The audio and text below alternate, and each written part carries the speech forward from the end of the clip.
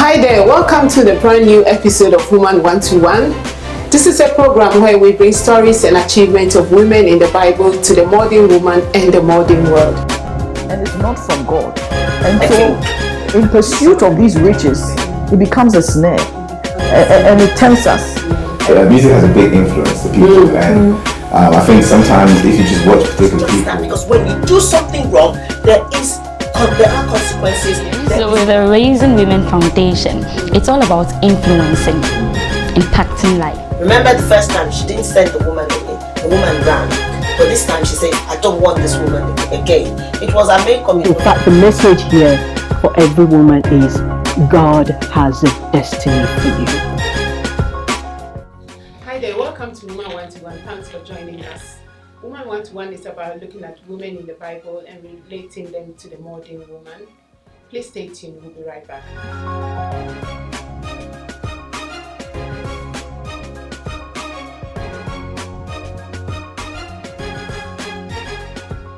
Welcome back. We are talking about the mother-in-law, daughter-in-law relationship. Ruth and it's Naomi and Ruth. Yeah, theirs was on a different scale because it was real bond between the two of them. Okay, so we are seeing two different daughters-in-law relationship here with their mother-in-law. So what I'm trying to find out is that how come that those, how do we compare and contrast those two? Because this one had a good one. Ruth and Naomi had a very good relationship.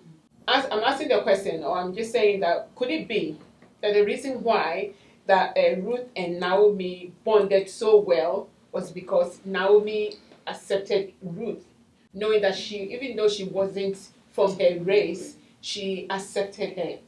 Compared to Rebecca and her two daughters-in-law, obviously, doesn't mean that she didn't accept them.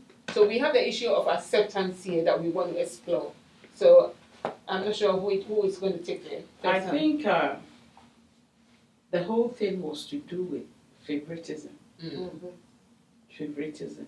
Rebecca did love Jacob more than Esau. So everything concerning Esau wasn't something she was interested in. So then... So right from the home. This is right from the home. Yeah. Right from the home. The moment a mother exhibits favoritism, even you bring this enmity between your children.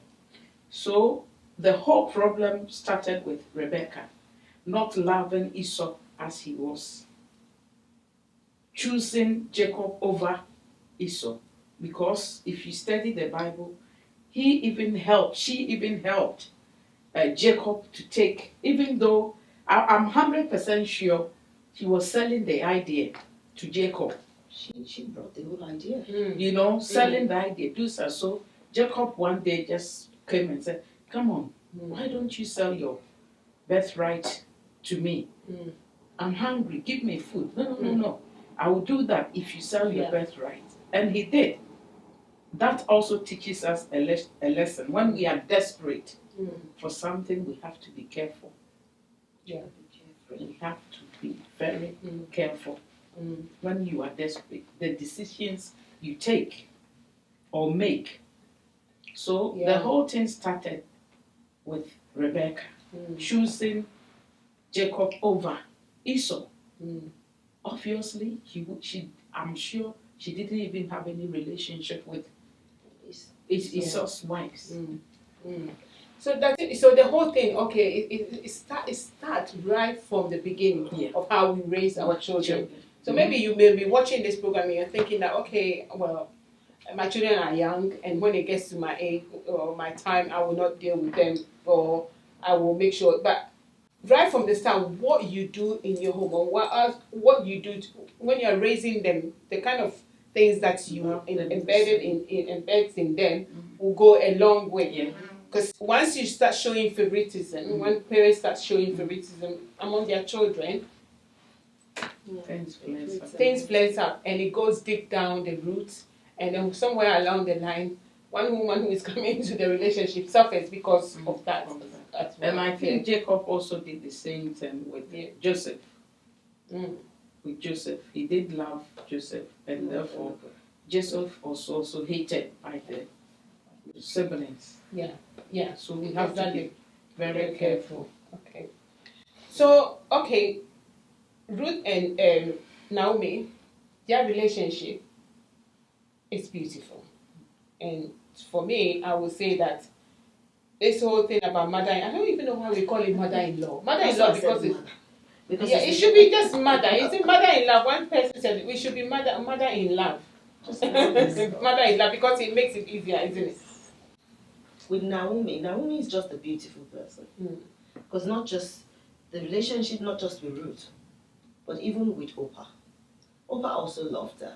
It was just that Oprah wasn't able to go the extra mile because they both wanted to go with her. But because she persuaded them, Oprah thought, okay, I'll go back. But it showed that she was a woman of love. She was a very considerate woman. She wasn't selfish. Some mother-in-laws would actually demand that you take care of me now that I don't have sons. But she thought of their future and said to them, look, just go and bless them. Now God will bless them in their husbands' homes. And even when they insisted, she was still thinking of their future. When will you get husbands? I can't give you sons anymore. Okay. You know, and that shows when love and you go the extra, your love goes from the just the natural love to super. Because what Ruth did is a sacrificial love, basically. She was ready to sacrifice her entire future, her entire life, and say, and you need someone to take care of you. It doesn't matter. Where you die, I will die. Wherever you go, I will go. Your people are my people. And you need someone. Because what she was looking at, this woman is old, no husband, no children, no sons. Yeah. So who would look after her? So that shows that, you know, and we know if everybody has read the story of Ruth, there's reward in love. Great reward. So you don't, like everything you do, another thing I thought I should mention is, everything you do in words and in deed, they are seeds. Yeah. And they are being sown. Yeah. And when they grow and germinate and bear fruit, the fruit doesn't come in one. Look at the kind of blessing that Ruth received, you know, based on just that selfless act. Yeah. You know, so it's when we're So doing, it goes in both ways. It Now goes- they it goes relate both to ways. one another. But Naomi is just a beautiful mother. She was a beautiful mother. You know, so So okay, that is true. I also Well, see, yeah. So now I just want us to touch on some of the characteristics of the godly mother-in-law and daughter-in-law relationship. I also see two women, Christian women. One practiced Christ, the other didn't. Took a godly life for granted. Yes. That is Rebecca. and Naomi. But Naomi took her serious, and therefore we saw the results. Yeah. When we show love, when we practice Christ, you know, he says if we lift him up, he will draw all men unto himself. And therefore, Naomi had no choice but to practice the God that she knew, whilst Rebecca compromised. Yeah? Rebecca compromised. She did. You have two children. Why do you choose one after the other over the other? Yeah. It breeds hate, Enmity. enmity. Yeah. You get it? So if we call ourselves Christians, it doesn't matter. In any situation, you have to bring out that love, that Christ-like life. The light, he says we are the light of the world. So one of the characteristics, or two, is love and long suffering. Yes, long suffering. Sometimes you need to practice that long suffering in order to get results that you want. We call ourselves Christians, and yet when we are faced with challenges, we rather put ourselves there instead of practicing what the Word of God says. You get it? So Naomi practiced Christ, God. Yeah. And therefore, this lady saw, even if I go back to Moab and marry any other man, I will never get a mother-in-law. I will die wherever your God. And listen, he says, your God will be my God. Naomi saw that God in Ruth saw that God in Naomi. So the other, you were saying something like Oprah went. To me, Ruth was serious. Ruth saw something. Yeah. And Naomi, Oprah compromised. Yeah. They both saw something. They saw something, but like we go to church, one will criticize everything the pastor does. Why didn't they do that? Why are they asking for money? The other time, one will say, it's okay. If we don't give, it's okay. Let's come, let's sweep here. It's okay. We have people and we have others who will always find faults. So as Christians, we have to hold on to what the Bible says. If we are able to do that, then God will glorify Himself at the end. And we see with Ruth and Naomi, God truly glorified Himself. Your God will be my God. Where you lay, I will lay. Where you sleep, your people will be my people. Imagine if she was a quarrelsome mother-in-law. That's a real bond. Yes. That is a bond. Real bonding. Because both women, for me, they both showed love initially. But there's difference between showing love and actually living that love out and demonstrating it. Yes. And that was what Ruth did. Ruth demonstrated that love. And you know, like you can only give what you have. What you have. Yes. You can only give what you have. So, you know. See, I think part of all this mother-in-law, daughter-in-law has to do with we are broken people. Because if you are broken and you are not whole, you will carry that baggage with you all the time. And trying to bond with a broken person, it's not easy. But that is where when we come into Christ, we exchange our life for that of Christ. Yes. You understand? And if we're talking of a Christian home here, and we cannot demonstrate the fruit of the Spirit, because those are the things that would bind and keep things going. You know, peace, patience, love, long suffering, you know, and so on and so forth like that. Forgiveness, things as easy as that.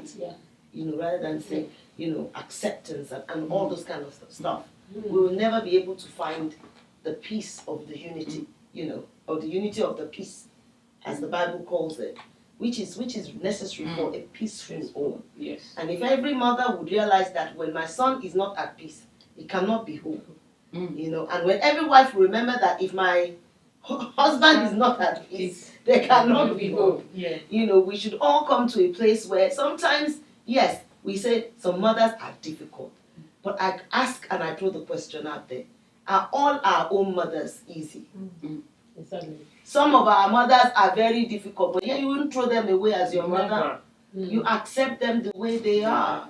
So even if you come across a difficult mother-in-law, where the grace of God with the love of Christ in you, you can still break that hardness down with love. That is what my sister, my mother here demonstrated. 15 people. I dropped my heart for you in the UK, and there was no fight, there was nothing. That shows that she carries grace. She carries grace. That is love at a different level, because then you overlook a lot of things and you are able to demonstrate the love of God. You are able to demonstrate characteristics of the Spirit of God to the point that your mother-in-law that came with a misconception could truly see. Open her mouth and say that crashed through you, and open her mouth to the point that she did an audio to say this woman. Now, more or less, like every time I pass, there's a meeting. She's representing me. She must start every meeting. She's my daughter. That is what she. So there was reward at the end of it. No matter how difficult a situation is, don't always look for the easy way out. The option, shut the woman out, shut that. No. That is not love. Where is God in that? Where is God? God is not in the midst of confusion. No. So where is God in that? And if the word of God says the love of God has been shed abroad in our heart, it means we have that love there to give. It's because we choose not to give it. And I feel that it's a matter of, at the end of the day, choice, you know. It's interesting because I was going to throw a question at you. I'm going to ask you one thing, but now changing. I'm going to ask you, what advice would you give to a daughter-in-law? what I would say is, first and foremost, when you marry, your role model should be Christ. Yeah. We tend to choose friends and discuss things with friends, and we end up getting bad advice. That is one thing. I have a friend, but I don't have a friend. My children will testify. Mommy, who is your friend? You get it? I won't get up, drive to somebody's house, sit down, talk. No. You get it? At the end of the day, we have to invest our time in the Word of God. Go closer to somebody who knows Christ, who shares the same value with you. Who shares the same value with you. You are a Christian, you go to an unbeliever. They will obviously give you unbeliever advice. Yeah. They will definitely share one or two with you. You cook. Me, I don't cook. If he comes first, he has to cook. No. It's wrong. It is wrong. The moment you start getting such advices, you go astray. So if you're a Christian and you call yourself a Christian and you attend church, let the Lord Jesus Christ be your role model. If Jesus were to be here, would he have answered the way I've answered my husband? If Jesus Christ were to be here, would I treat my stepchild? Would he have treated that stepchild as I am doing? If he won't, you don't have to. Because we say his spirit dwells in us. That's right.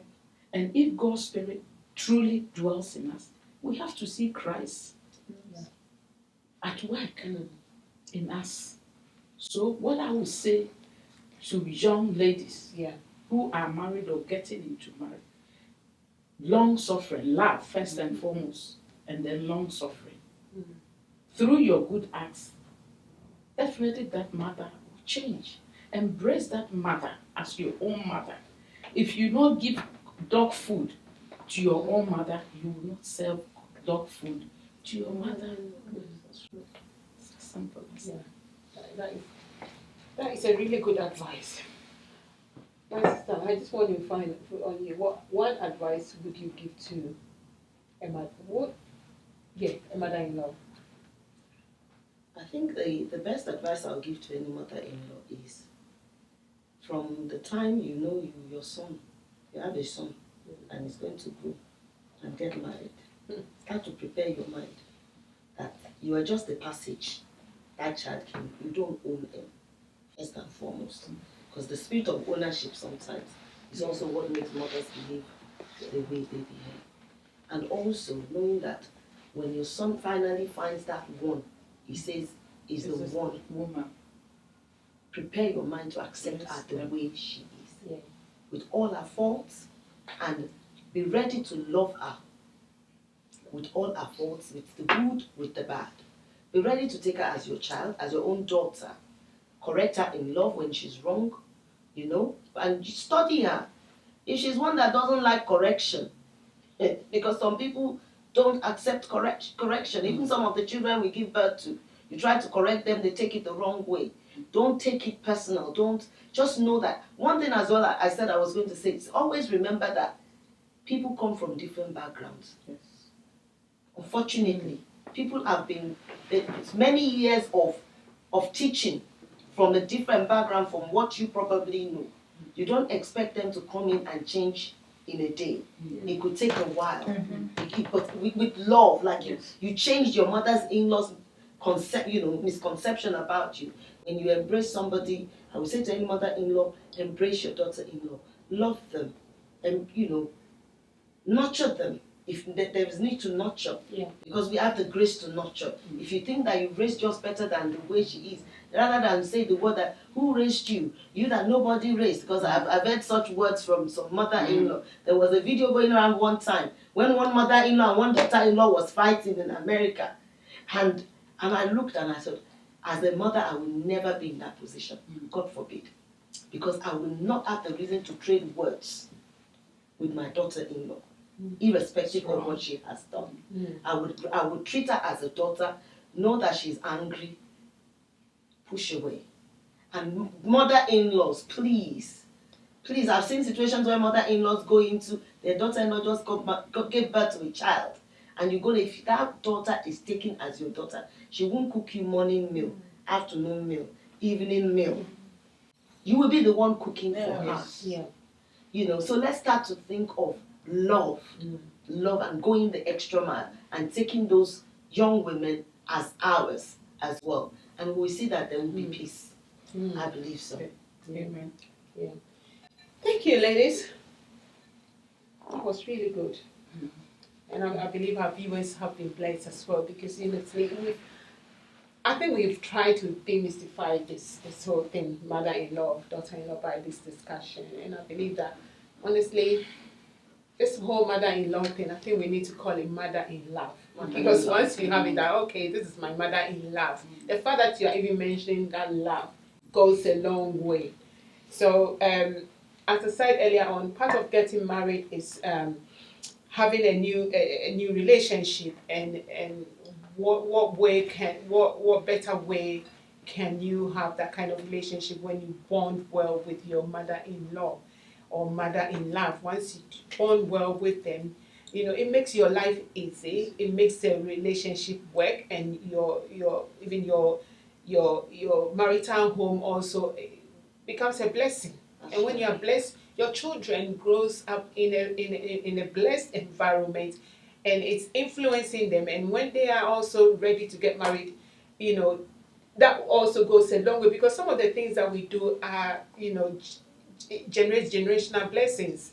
So if we look at Ruth and Rebecca, we look at Naomi and Rebecca. Obviously, now Rebecca, the seed that she sowed in her home, obviously resulted in some kind of bad influence with a relationship that she had with her daughters-in-law.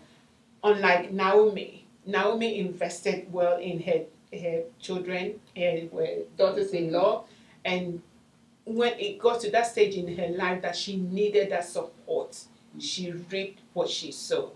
So let's sow good things into our relationship, and we'll obviously reap the best. Thanks for watching. Thank you.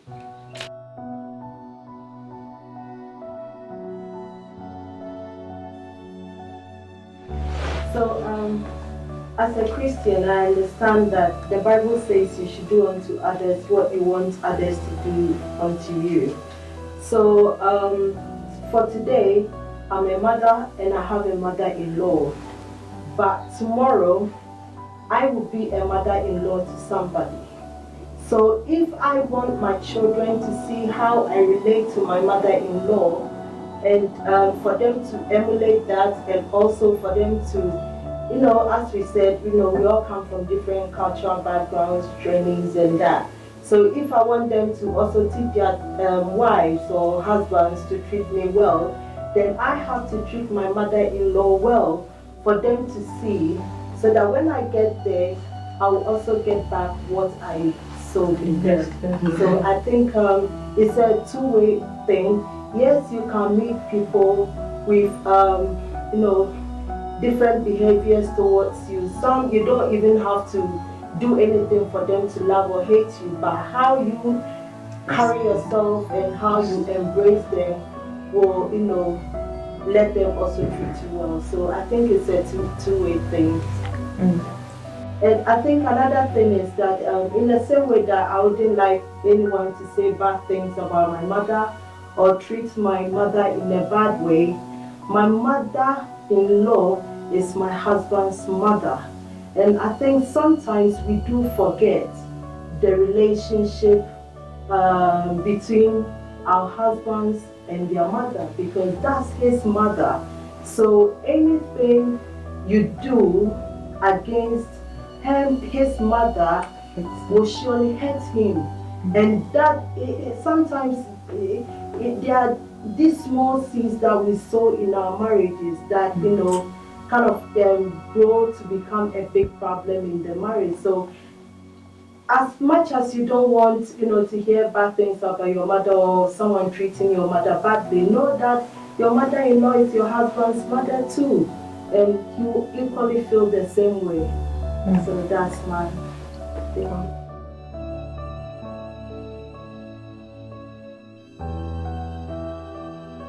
I just want to say from what I've heard so far, from what they've said regarding mother-in-laws, it differs. For me, my mother-in-law we are very close. I'm more or less like her daughter. So when I got into the family, one thing I took into the family was I was going to love my mother-in-law like my own mom.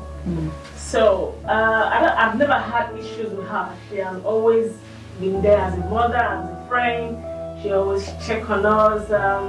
When she comes visit, I'm never afraid to do anything in front of her because I just see her like my mother-in-law. Because I just believe, like from what the women say, when you accept your mother-in-law as your own mother, there is less than 0% you guys having problems. It's only when you have in your head that this is my husband's mom. Because Bible says when two come together, they become one. So if my husband and me we are one, that means that I've embraced the family to become one. So I just share the same love equally with my mother.